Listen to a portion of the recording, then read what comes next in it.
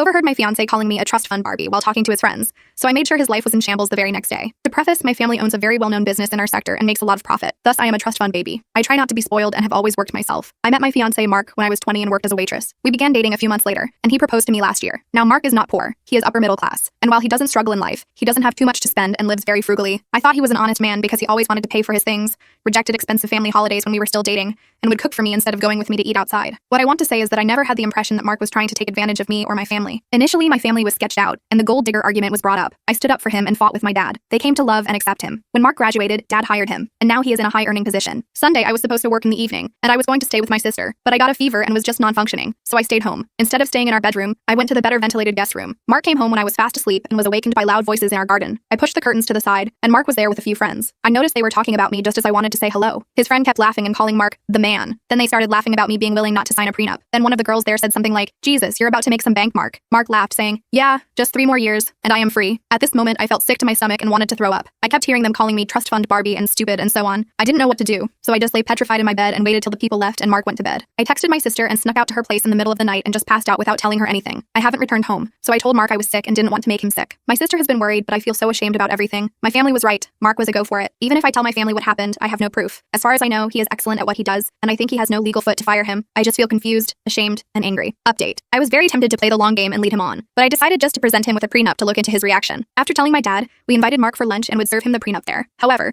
to be sure about things, I asked him if he had had anyone over because our neighbors had complained about loud noises. He said yes, that his buddies were there. He didn't mention the girls that I saw. We finished lunch, and Dad served him the papers, saying it was necessary for getting married. You could instantly see that he didn't expect this. He got angry and asked me to speak to him alone. We entered the other room, and he began babbling about blindsiding him. He said that this just really felt like a personal attack. He was trying so hard to sell me the role of victim and make me out to be the villain. Then he just said that he needed to think everything through and left. I must admit I broke down and began second-guessing myself, but I could keep it together. My family happily didn't pull the "I told you so's." We looked into everything, and I have the legal right to evict him. The lawyer handled everything, wrote an official eviction notice. After a lot of talk, Dad decided to present Mark with a deal so that he would leave the company. After that was all sorted out, I simply texted, "Hey Mark, trust fund Barbie here. As you said you would be free in 3 years, I'll do you a big favor and set you free now. Kisses." After I sent that, my phone completely blew up with Mark's messages. He texted and called me so often that I had to switch off my phone. He came to my sister's place as he wanted to explain the situation. He promised that it was just a joke a million times. I said it wasn't cutting it. They disrespected me in my own house, and I didn't want to be with someone who put me down to appear better. He pleaded, cried, and begged me not to end things when I wasn't budging. He got mad at me, accusing me of spying on him and ruining his life. Then, his manner changed once again to apologetic. He eventually owned up to the comment he made, still insisting that it was just a shitty joke. And then, when I asked him why he didn't tell me about those random girls who appeared to know so much about me, he told me this weird story of them being cousins from one of his buddies,